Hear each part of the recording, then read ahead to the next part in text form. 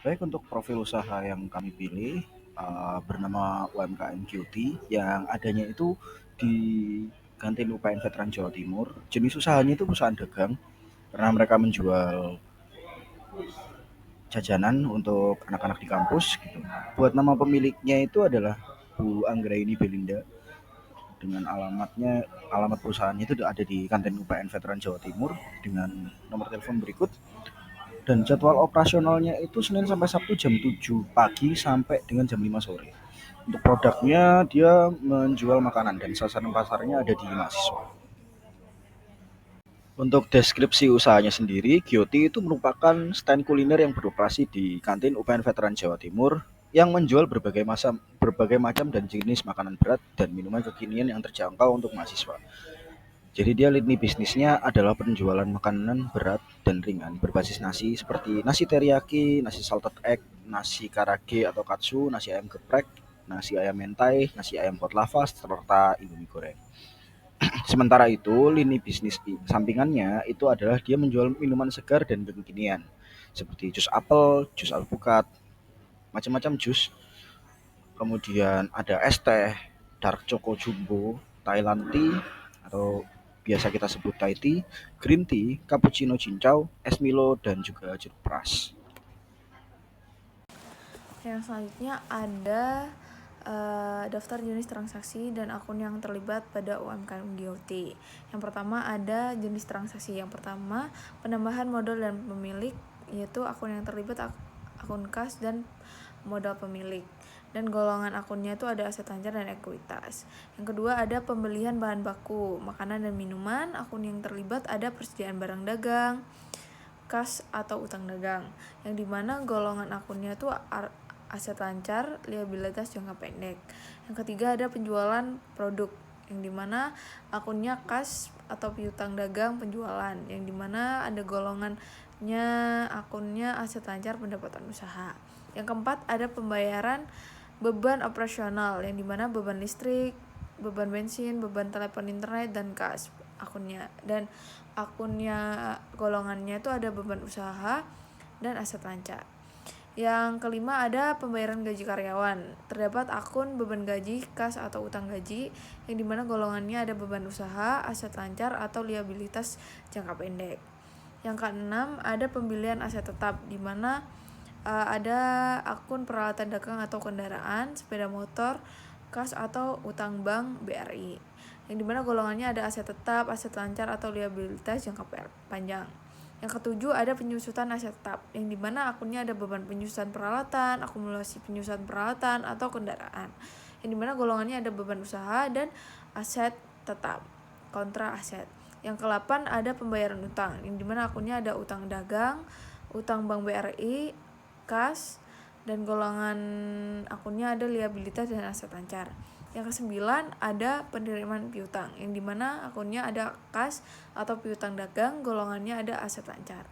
Dan yang terakhir ada pengambilan prive oleh pemilik, yang dimana akunnya itu ada prive dan kas, golongannya ada ekuitas dan aset lancar. Perkenalkan, nama saya Ica Rahmania, MPM 23013010019.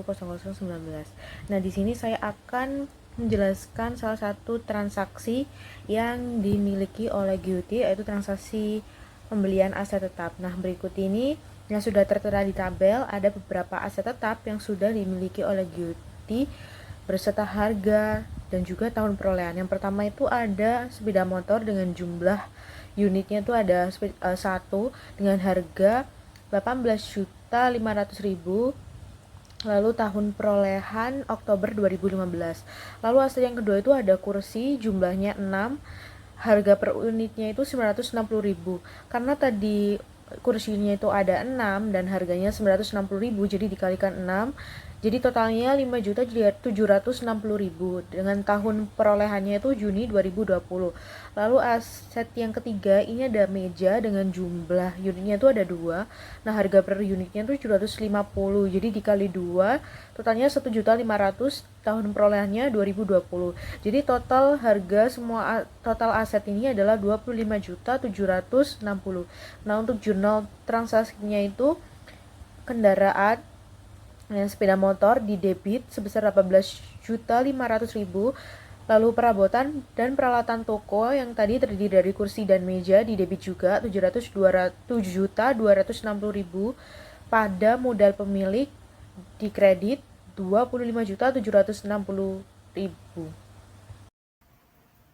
Oke, baik teman-teman, di sini dengan saya Agus Vina Winaditya, NPM akhir 011 akan melanjutkan untuk transaksi keuangan GIOTI, khususnya pada transaksi penjualan tunai. Nah, untuk transaksi penjualan tunai ini kami mengambilnya dari jurnal penerimaan kas, di mana jurnal ini tuh mencatat semua penerimaan yang berupa kas atau tunai gitu. Nah, sedangkan untuk semua penerimaan yang dari penjualan ini yang secara tunai kayak penjualan makanan, penjualan minuman, yang ini tuh semuanya nanti masuk ke dalam akun penjualan. Untuk jurnalnya sendiri yaitu kas pada penjualan, karena kasnya kan kita menerima kas nih karena secara tunai ya, jadi kasnya itu didebetkan sedangkan penjualannya itu dikreditkan gitu. Oke, di sini selanjutnya ada transaksi keuangan GIOTI, khususnya itu untuk transaksi pembelian bahan baku tunai. Nah, untuk pembelian bahan baku ini kami itu mengambilnya itu dari jurnal pengeluaran kas. Nah, kemarin pengeluaran kas kan banyak, sedangkan untuk bahan baku sendiri entah itu makanan atau minuman itu tuh masuknya ke dalam jurnal pembelian, semuanya ke dalam pembelian. Sedangkan untuk beban lain-lain itu masuknya ke dalam beban serba-serbi, kemudian beban yang secara khusus misalnya kayak listrik dan lain-lain. Nah, untuk penjurnalannya sendiri yaitu pembelian pada kas.